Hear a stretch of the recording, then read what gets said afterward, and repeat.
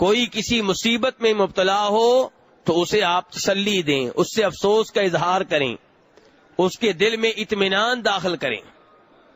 اب یہ مصیبت چھوٹی بھی ہو سکتی ہے، بڑی بھی ہو سکتی ہے۔ مصیبت کے لفظ سے عام طور پہ ذہن میں کیا آتا ہے؟ فوتگی۔ تو اگر کسی کے گھر میں فوتگی ہو تو آپ انہیں حوصلہ دیں، انہیں تسلی دیں۔ اور تسلی دینے کا طریقہ کیا ہے؟ ایک طریقہ وہ ہے جو ہماری عورتیں اختیار کرتی ہیں، جب کسی کے گھر میں پہنچتی ہیں، گھر میں دروازے میں ہوتی ہیں تو اونچی اونچی آواز سے رونا شروع کر دیتی ہیں، اور روتے روتے عورت کو جا کے ملتی ہیں، گلے لگاتی ہیں، دونوں بڑاس نکالتی ہیں۔ اور جو عورت جس کا خاوند فوت ہوا ہوتا ہے، جس کا بچہ فوت ہو چکا ہوتا ہے، جس کا بھائی فوت ہوا ہوتا ہے، وہ پہلے خاموش ہو چکی تھی، یہ دوبارہ اسے رونے پہ مجبور کرتی ہے۔ ایک انداز یہ ہے افسوس کرنے کا، تسلی دینے کا، اس کو تسلی دینا کہتے ہیں۔ جی اس کو کیا کہتے ہیں؟ اس کو غم میں مبتلا کرنا، اس کو تسلی دینا نہیں کہتے۔ شریعت نے کہا تسلی دیں، شریعت نے یہ نہیں کہا آپ اس کو دوبارہ غم میں داخل کر دیں۔ شریعت تو کہہ رہی ہے کہ آپ تسلی دیں، جن الفاظ میں بھی تسلی دے سکتے ہیں۔ مثال کے طور پہ اللہ کی چیز تھی، اللہ نے واپس لے لی، اللہ کا حکم ہے، کون ٹال سکتا ہے؟ جو اللہ آپ کو پہلے رزق دے رہا تھا وہ اب بھی دے گا انشاءاللہ۔ ہمارے لائق کوئی خدمت ہو آپ بتائیے گا، آپ صبر کریں، وہ تو واپس نہیں آئے گا۔ صبر کریں گے تو اللہ کی طرف سے اجر و ثواب ملے گا، صبر نہیں کریں گے تو اجر و ثواب سے بھی محروم ہو جائیں گے۔ اس قسم کے الفاظ میں میت کو تسلی دینی چاہیے، لیکن ہمارے ہاں عام طور پہ لوگ تسلی دینے نہیں جاتے، وہ شریعت کی خلاف ورزی کرنے کے لیے جاتے ہیں، خود بھی شریعت کی خلاف ورزی کرتے ہیں، اور جن کے گھر میں فوتگی ہوتی ہے انہیں بھی شریعت کی خلاف ورزی پہ مجبور کرتے ہیں۔ نوحہ کرنا، بین کرنا، رخسار پیٹنا، گریبان پھاڑنا، بال نوچنا، یہ تو ماتم ہے، شریعت نے اس سے روکا ہے۔ نبی علیہ الصلوۃ والسلام فرماتے ہیں، بخاری مسلم کی حدیث ہے، کہ جو مصیبت آنے پہ رخسار پیٹے، گریبان پھاڑے، جاہلیت کے بول بولے، وہ ہم میں سے نہیں ہے۔ تو اسی میرے بھائی، جب کسی کے گھر فوتگی ہو تو تسلی دینے کے لیے جانا ہے، حوصلہ دینے کے لیے جانا ہے، ان سے ایسے الفاظ کہنے ہیں جن کے نتیجے میں وہ صبر کریں، تاکہ وہ اللہ سے اجر و ثواب حاصل کریں، تاکہ وہ گناہ سے بچ جائیں، اللہ کی نافرمانی سے بچ جائیں، اللہ کے غضب سے بچ جائیں۔ اور تعزیت کرنا، افسوس کا اظہار کرنا، تسلی دینے کے لیے جانا، یہ نبی علیہ الصلوۃ والسلام کی سنت ہے، آپ کا طریقہ ہے۔ امام نسائی رحمہ اللہ روایت کرتے ہیں جناب قرہ المازنی سے کہ نبی علیہ الصلوۃ والسلام کی مجلس میں کئی ایک صحابہ کرام بیٹھا کرتے تھے، ان میں ایک انصاری صحابی تھا جو آپ کی مجلس میں بیٹھتا، اس کے ساتھ اس کا بیٹا بھی ہوتا، وہ اس کے پیچھے سے آتا اور باپ اس کو پکڑ کے اپنی گود میں بٹھا لیتا۔ ایک دفعہ آپ نے محسوس کیا کہ وہ آدمی مجلس میں نہیں آ رہا، آپ نے پوچھا کہاں گیا؟ بتایا گیا اس کا بیٹا فوت ہو گیا ہے، بڑا پریشان ہے۔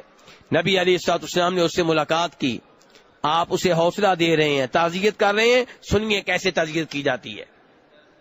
آپ نے کہا یہ بتاؤ کہ یہ بیٹا زندہ رہتا، دنیا میں تمہارے کام آتا، یہ تمہیں زیادہ اچھا لگتا ہے یا تمہیں یہ زیادہ اچھا لگتا ہے کہ روز قیامت جنت کے جس دروازے سے بھی داخل ہونے لگو گے آگے تمہارا بیٹا کھڑا ہوگا، جنت کا دروازہ تمہارے لیے وہ کھولے گا؟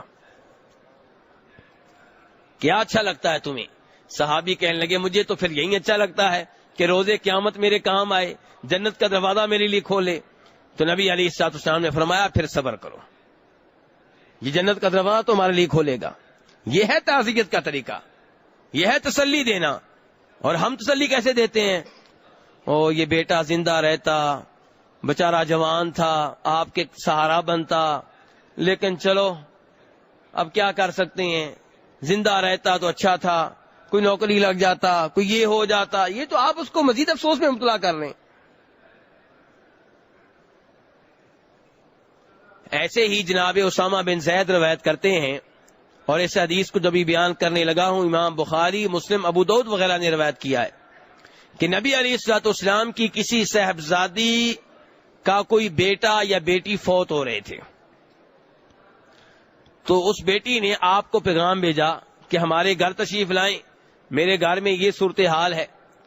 تو نبی علیہ الصلوۃ والسلام نے پیغام بھیجا اور پیغام میں یہ کہا کہ میری بیٹی کو سلام کہا جائے اور میری بیٹی سے یہ کہا جائے ان للہ ما اخذ ولہ ما اعطى ولکل شیء عنده اجل مسمى فلتصبر ولتحتسب. میری بیٹی سے یہ کہا جائے کہ جو اللہ لے لے، جو اللہ واپس لے لے، وہ کس کی طرف سے تھا؟ اللہ کی طرف سے تھا. یعنی کہ یہ نعمتیں اللہ کی طرف سے ہیں، اللہ واپس لے لے تو اسے حق حاصل ہے، ہمیں اعتراض کی ضرورت نہیں ہے، شکوہ کی ضرورت نہیں ہے. اللہ کی چیز اللہ نے چند دنوں کے لیے دی، پھر واپس لے لی، وہ شہنشاہ ہے، مالک ہے، اعتراض کس بات کا؟ ان للہ ما اخذ ولہ ما اعطى. جو بیٹا پیدا ہوتا ہے وہ بھی اللہ کی طرف سے، اور جو بیٹا فوت ہو رہا ہے وہ بھی اللہ کی طرف سے. وَلِكُلِّ شَيْءٍ عِندَهُ أَجَلٌ مُّسَمًّى. اللہ تعالیٰ کے ہاں ہر ایک کا، ہر چیز کا وقت مقرر ہے. کوئی اپنے وقت سے پہلے فوت نہیں ہوگا. جو فوت ہو رہا ہے اس کے لیے یہی ٹائم تقدیر میں لکھا ہوا تھا. تو یہ سوچ کر صبر کر لینا چاہیے کہ میں جتنا بھی علاج کرتا، میں جتنا بھی دوڑ دھوپ کرتا، اس نے فوت ہونا ہی تھا، کیونکہ اس کا ٹائم پورا ہو چکا تھا. یہ اپنے ٹائم پہ فوت ہوا ہے، ٹائم سے پہلے فوت نہیں ہوا. یہ ٹائم بہت پہلے لکھ دیا گیا تھا، اس لیے مجھے بین کرنے کی، نوحہ کرنے کی، ماتم کرنے کی کوئی ضرورت نہیں ہے. فَلْتَصْبِرْ وَلْتَحْتَسِبْ.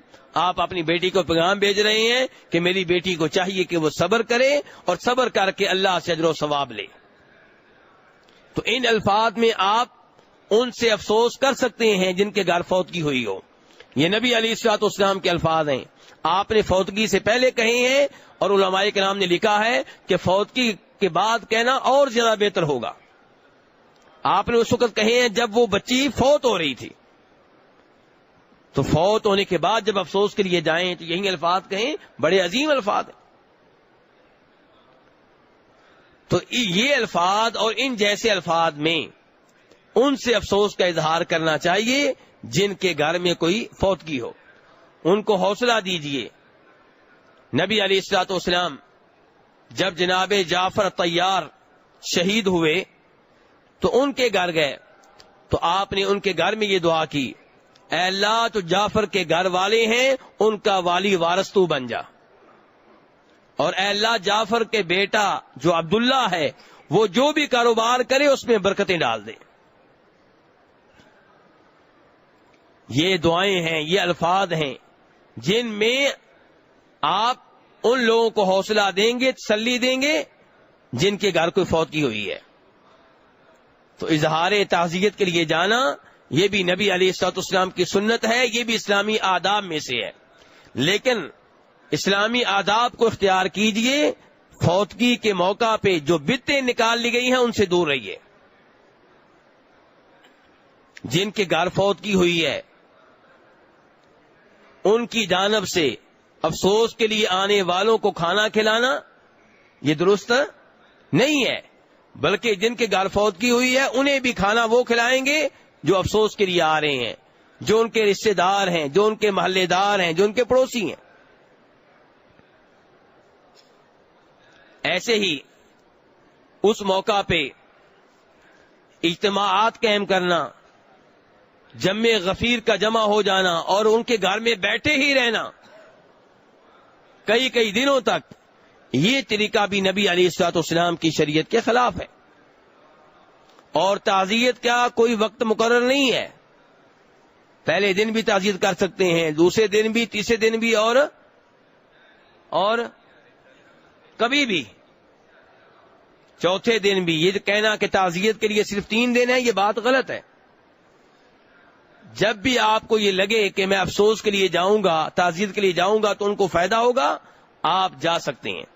اور تعزیت کے لیے کوئی جگہ مخصوص کرنے کی ضرورت نہیں ہے. جہاں کہیں آپ کی ملاقات ہو جائے، جن کے ہاں فوتگی ہوئی ہے مسجد میں مل گئے، مسجد میں افسوس کر لیں. قبرستان میں مل گئے، قبرستان میں افسوس کر لیں. آپ گئے وہ اپنے گھر میں تھے، وہاں پہ افسوس کر لیں، جہاں آپ کو موقع ملے. اور ان پہ بوجھ بننے کی ضرورت نہیں ہے. ان سے مطالبہ کرنا کہ تیجا کیا جائے، ساتواں کیا جائے، 40واں کیا جائے، برسی کی جائے، یہ سب چیزیں بدعت ہیں، دین میں اضافہ ہے. نبی علیہ الصلوۃ والسلام کا ان امور سے کوئی تعلق نہیں ہے. اس لیے ایسے امور سے بچا جائے.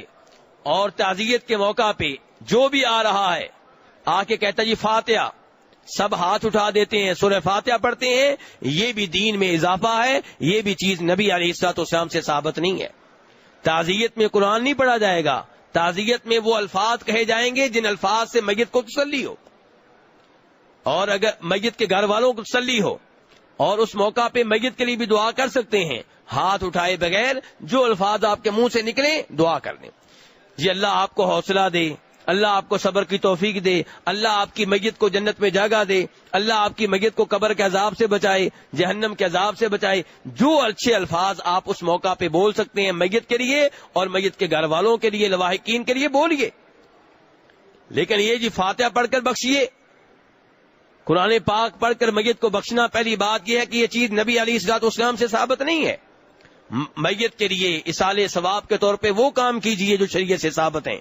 پورا حج کرنا میت کی طرف سے، اگر آپ اپنا حج کر چکے ہیں تو پورا عمرہ کرنا، صدقہ خیرات کرنا، کوئی مخصوص دن، کسی دن کی تخصیص کیے بغیر، تیجا نہیں، ساتواں نہیں، جب موقع ملے میت کی طرف سے صدقہ خیرات کر دینا اور میت کے لیے دعائیں کرنا. یہ وہ امور ہیں جو میت کے لیے اصالہ ثواب کی حیثیت رکھتے ہیں.